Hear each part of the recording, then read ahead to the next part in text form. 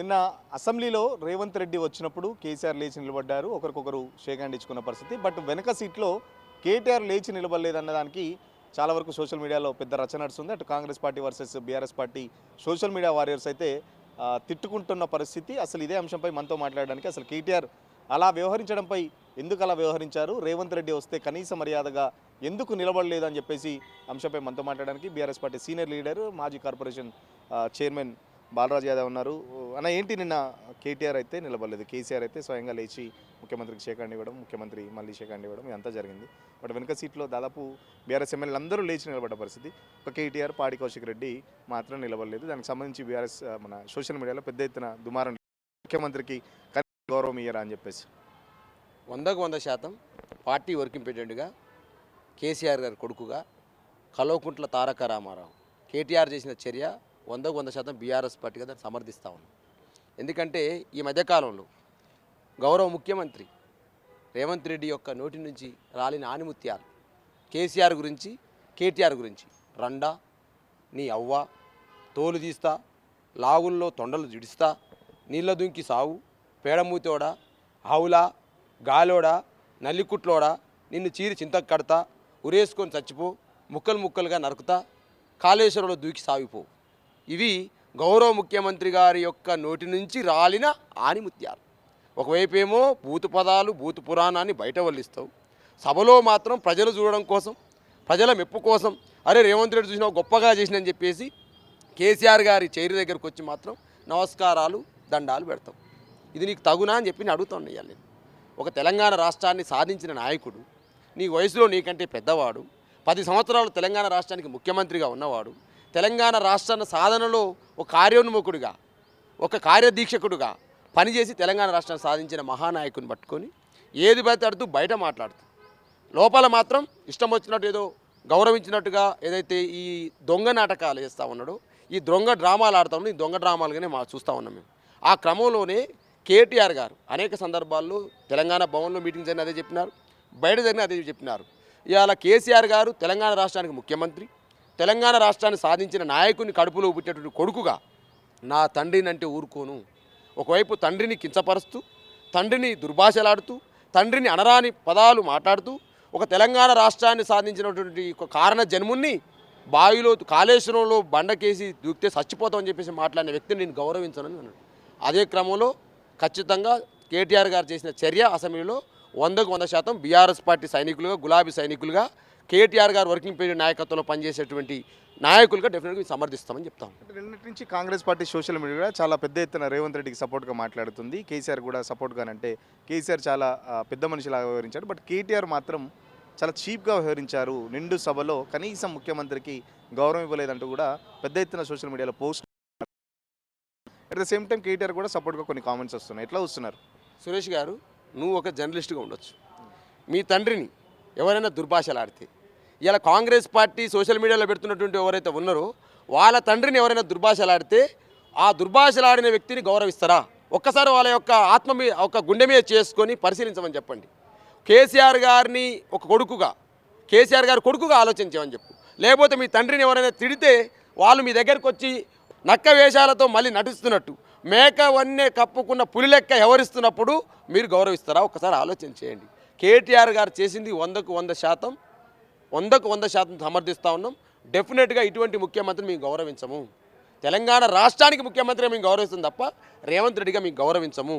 ఇవాళ అనరాని మాటలు అనడమే కాకుండా ఈనంగా, ఈచాతి నీచంగా భారతదేశ చరిత్రలో, తెలంగాణ రాష్ట్ర చరిత్రలో కూడా ఏ ముఖ్యమంత్రి కూడా ఒక మాజీ ముఖ్యమంత్రిని పట్టుకొని, తెలంగాణ రాష్ట్రాన్ని సాధించిన మహానాయకుని పట్టుకొని మాట్లాడిన మాటలు అన్నీ ఇన్ని కావు. డెఫినెట్గా 100% దమ్మున్న బిడ్డగా, కేసీఆర్ గారి పులిబిడ్డగా ఖచ్చితంగా శత్రువే. రేవంత్ రెడ్డి బరాబర్ చెప్తున్నాం. నువ్వు రాష్ట్రానికి కల్వకుంట్ల ఫ్యామిలీ రానియమన్నావు కదా, అధికారాన్ని దూరం చేస్తా ఉన్నావు కదా, బరాబర్ మా కేటీఆర్ గారు, మా వర్కింగ్ ప్రెసిడెంట్ చెప్పినట్టు బాజాప్తా 2018లో ఎట్లయితే నిన్ను కొడంగల్లో ఓడగొట్టినవో గదే ఒక చిన్న మనిషిని పెట్టి ఖచ్చితంగా నేను కొడంగల్లో ఖచ్చితంగా నిన్ను అసెంబ్లీ గేట్లు దాటనీయం. మా కేటీఆర్ గారి శబదానికి 60 లక్షల గులాబీ సైన్యం శబదం చేస్తూ ఉంది. మీరేమో కొడంగల్లో సీఎం రేవంత్ రెడ్డిని ఓడిస్తా అంటున్నారు. గతంలో రేవంత్ రెడ్డి కేటీఆర్ ఉన్నంత వరకు పార్టీ లేవదు, అసలు పార్టీకి పెద్ద గుదిబండే కేటీఆర్. ఆ పార్టీలో వర్కింగ్ ప్రెసిడెంట్ ఉన్నంత వరకు బీఆర్ఎస్ పార్టీ వరుస ఎన్నికల్లో ఓడిపోతుంది. మొన్న కంటోన్మెంట్లో చూసినాం, జూబ్లీహిల్స్లో చూసినాం అని చెప్పేసి కూడా ముఖ్యమంత్రి కేటీఆర్ని టార్గెట్ చేస్తున్న పరిస్థితి నిజంగా ఉందా? అటువంటి పరిస్థితి ఉందా? మరి 100 సంవత్సరాల జిహెచ్ఎంసీ చరిత్రలో ఎప్పుడు కూడా 99 సీట్లు రాలే, ఏ రాజకీయ పార్టీకి రాలే. 100 సంవత్సరాల జిహెచ్ఎంసీ చరిత్రలో 2 సార్లు ఏ పార్టీ అధికారంలోకి వర్షం బట్టి రాలే. మరి అదే కేటీఆర్ గారు వర్కింగ్ ప్రెసిడెంట్ నాయకత్వంలో 2 సార్లు జిహెచ్ఎంసీ గెలిచినాం కదా, 99 సీట్లతో గెలిచినాం కదా. మరి అది సక్సెస్ కాదా?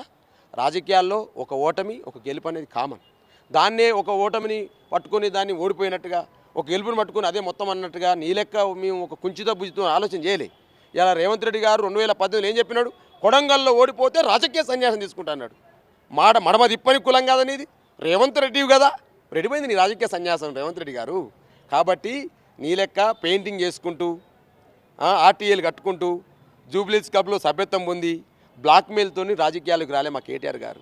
ఒక తెలంగాణ ఉద్యమ అధినేత రథసారథి కొడుకుగా గులాబీ సైన్యం, ఏదో తెలంగాణ ఉద్యమంలో నికార్సైన గులాబీ సైన్యంగా కేటీఆర్ గారు రాజకీయాలకు వచ్చినారు. నీ లెక్క బ్లాక్మెయిల్ రాజకీయాలు చేయలే. ఇవాళ తిట్ల పురాణంతో బూతు పురాణంతో రాజకీయాలకు రాలే. ఇవాళ కేటీఆర్ గారు ఒక రాజకీయ వాస్తవాంతో, ఇవాళ కేసీఆర్ గారు బిడ్డగా తెలంగాణ ఉద్యమానికి అంటే ఏదో మాట్లాడుతూ ఉన్నాడు. నేను ఏంది పేడు మూత అని మాట్లాడుతూ ఉన్నాడు. నీ అల్లుడు ఏమూతే? ఇలా ఆంధ్రలో చదువుకుని మాట్లాడుతూ ఉన్నావు. నీ ఏం కూడా ఎక్కడనే? నీ ఏం కూడా ఎంకరేడ్ ఎక్కడా? ఆంధ్రనే కదా.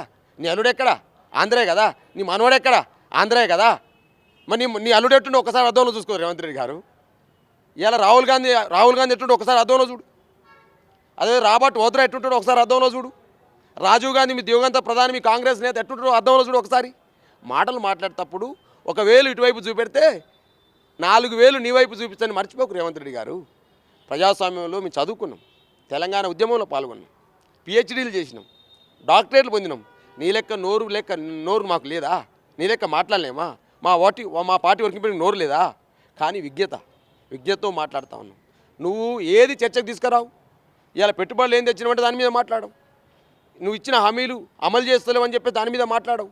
రైతు రుణమాఫీ గురించి మాట్లాడవు, రైతు బంధు గురించి మాట్లాడవు, ఈ రాష్ట్రంలో అమలవుతున్న అంశాల గురించి ఏది మాట్లాడవు. ఏమైనా బూతు పురాన్ని ఎంచుకొని, తిట్ల పురాన్ని ఎంచుకొని ముందుకు వస్తావు. ఇది భావ్యం కాదంటున్నాం. విజ్ఞత గల మనిషిగా, కేసీఆర్ బిడ్డగా, ఇలా కారణ జన్ముని బిడ్డగా, తెలంగాణ రాష్ట్ర సాధించినటువంటి ఒక నాయకుడి బిడ్డగా ఇంకా నీకు గౌరవిస్తూ ఉన్నాడు. ఆ గౌరవమైనా ఇంకా నువ్వు తీసుకో. కనీసం మా వర్కింగ్ ప్రెసిడెంట్ గారు అలా కూర్చొని అందరు ఎమ్మెల్యేలు లేండి, సీఎం వచ్చిండు, నేను మాత్రం నేను కేసీఆర్ బిడ్డగా నేను లేవానని అందరికీ గౌరవించి నేను లేచి ఇంకా వాళ్ళందరిని కూర్చోబెడితే నీ లో పోయేది. రాసిపెట్టుకో. ఎన్ని మాట్లాడినా ఒక ప్రతిపక్ష నాయకుడిగా ఒక సీఎం దగ్గర నువ్వు వచ్చినప్పుడు ప్రతిపక్ష నాయకుడు లేచి నీకు గౌరవించిండు. ఆ గౌరవం చాలు. కేసీఆర్ ఇచ్చిన గౌరవం నీకు ఎక్కువ ఇచ్చిండు. ఇంకా మా పార్టీ వర్కింగ్ ప్రెసిడెంట్ డెఫినెట్గా అది సబబే చేయడం అని అనుకుంటాను.